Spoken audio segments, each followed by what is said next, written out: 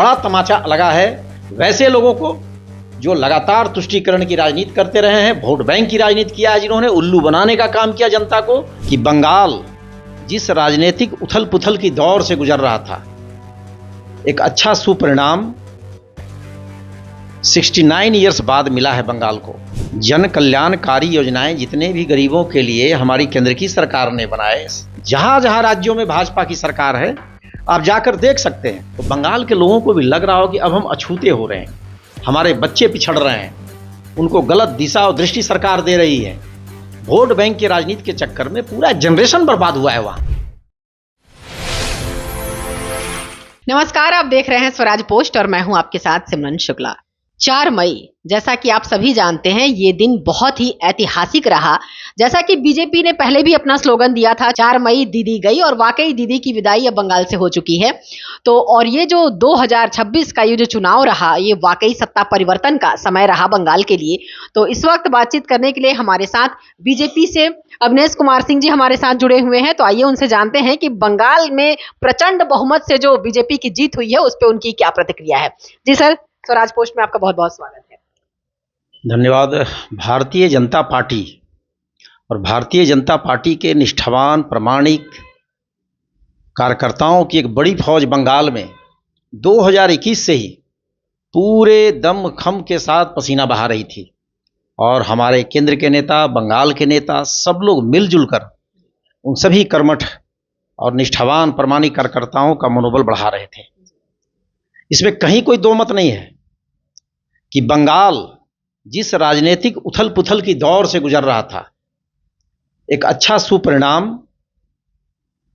69 years बाद मिला है बंगाल को। यूं कहे कि एक राहत की सांस ली है बंगाल की जनता ने।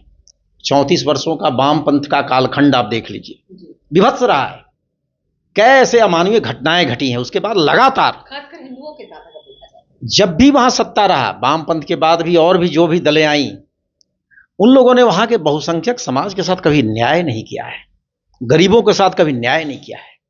लगातार उनका दोहन, शोषण, अपमान, तिरस्कार, आखिर कितना दिन तक चलेगा। भारतीय जनता पार्टी का विचारधारा, भारतीय जनता पार्टी का सिद्धांत, हमारे कार्यकर्ता घर घर गांव गांव जाकर उन लोगों ने भारतीय जनता पार्टी के बारे में, वर्तमान में जो हमारी सरकार केंद्र में चल रही है नरेंद्र मोदी जी की अगुवाई में, वो सरकार का जो परफॉर्मेंस है, इसमें कहीं कोई दो मत नहीं, अकाट्य है, अद्भुत है, परिणामकारी है। जन कल्याणकारी योजनाएं जितने भी गरीबों के लिए हमारी केंद्र की सरकार ने बनाए, जहां जहां राज्यों में भाजपा की सरकार है आप जाकर देख सकते हैं, वहां की जनता को कितना राहत है। लोगों को केंद्र की योजनाओं का सीधा लाभ मिल रहा है।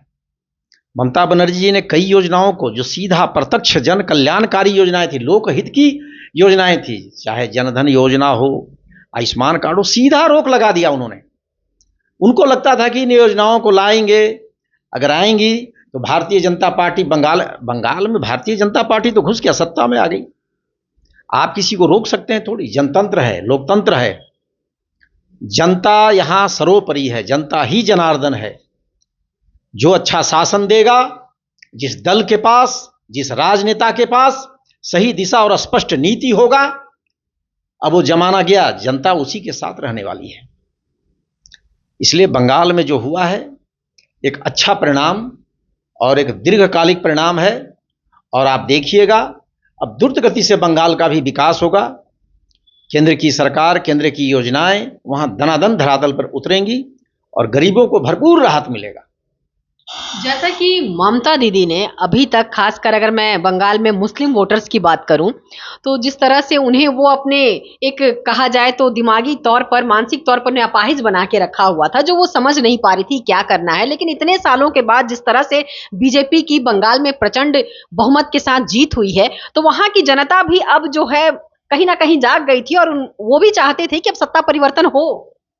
देखिए, आपने अच्छा प्रश्न किया।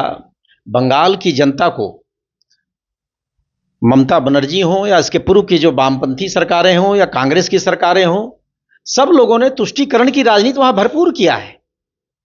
लेकिन वहां की जनता, चाहे किसी भी समुदाय के लोग हो, धीरे धीरे उनके समझ में आने लगा कि केंद्र में जो भारतीय जनता पार्टी की सरकार है, सबका साथ, सबका विकास, सबका विश्वास, सबका प्रयास, ये जो स्लोगन है, उस पर बंगाल की जनता को भी धीरे धीरे विश्वास होने लगा। चाहे वो किसी भी जाति समुदाय के लोग हों, उनको लगा कि नहीं, केंद्र में जो सरकार है एक अच्छी सरकार है, उसकी विचारधारा अच्छी है, उसके सिद्धांत अच्छे हैं, वो जो कार्य कर रही है सबके लिए कर रही है, किसी एक जाति के लिए नहीं कर रही है। और उस सब मिला जुलाकर उस सबका सुफल है यह परिणाम, यह चुनाव में जो रिजल्ट है, यही सब कारण से एक अच्छा परिणाम आया है। और एक बड़ा तमाचा लगा है वैसे लोगों को जो लगातार तुष्टीकरण की राजनीति करते रहे हैं, वोट बैंक की राजनीति किया है, जिन्होंने उल्लू बनाने का काम किया जनता को, भोली भाली जनता को जिन्होंने ठगने का काम किया है। जब बंगाल में चुनाव के दरमियान जब हमारी टीम वहां पर थी, तो मैं आपको बता दूं कि जिस तरह से वहां पे खासकर मैं मुस्लिमों की बात करूं तो उनका साफ तौर पर यह कहना था कि ममता बनर्जी ने हमारे बच्चों को बम बनाना सिखाया है और अब अगर बीजेपी की सरकार आती है तो हम सबल बनेंगे। तो कहीं ना कहीं वहां की जो जनता थी, अब वो ये समझ गई थी कि जो ममता राज है वो बंगाल के लिए किसी भी तरीके से फायदेमंद नहीं है, उनके लिए और ज्यादा नुकसान ही करेगा, लेकिन फायदा नहीं करेगा। सही, अगर उनके दिमाग में, दिल दिमाग में ये बात स्थापित हो रही है कि वर्तमान ममता बनर्जी की जो सरकार थी, उनके जनरेशन को के लिए कोई अच्छा ना कोई मिशन था, ना विजन था, ना दूरदृष्टि था, ये अगर वहाँ के उनके अभिभावक को, खासकर अल्पसंख्यक समुदाय के लोगों को यह आभास हुआ तो अच्छी बात है। उनको भी ये लगा होगा कि केंद्र की सरकार सभी समुदाय के लिए इतनी योजनाएं ला रही है।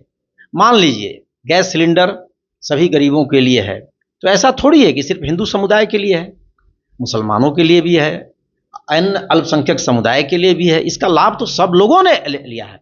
मैं तो प्रत्यक्ष देखा हूं कई पंचायतों में कि अल्पसंख्यक समुदाय के लोगों ने 2 कदम आगे बढ़ के इन सभी गरीब कल्याणकारी योजनाओं का लाभ लिया है। तो बंगाल के लोगों को भी लग रहा हो कि अब हम अछूते हो रहे हैं, हमारे बच्चे पिछड़ रहे हैं, उनको गलत दिशा और दृष्टि सरकार दे रही है। वोट बैंक की राजनीति के चक्कर में पूरा जनरेशन बर्बाद हुआ है वहां।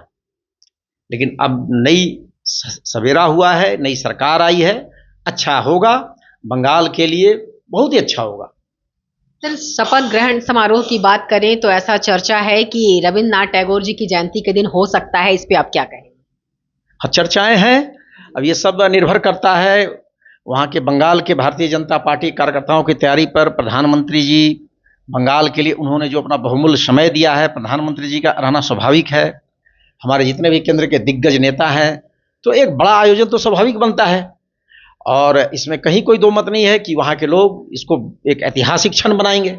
समय देने के लिए सर बहुत बहुत धन्यवाद। धन्यवाद, thank you. Camera person Bhupendra के साथ मैं सिमरन शुक्ला, स्वराज पोस्ट, रांची।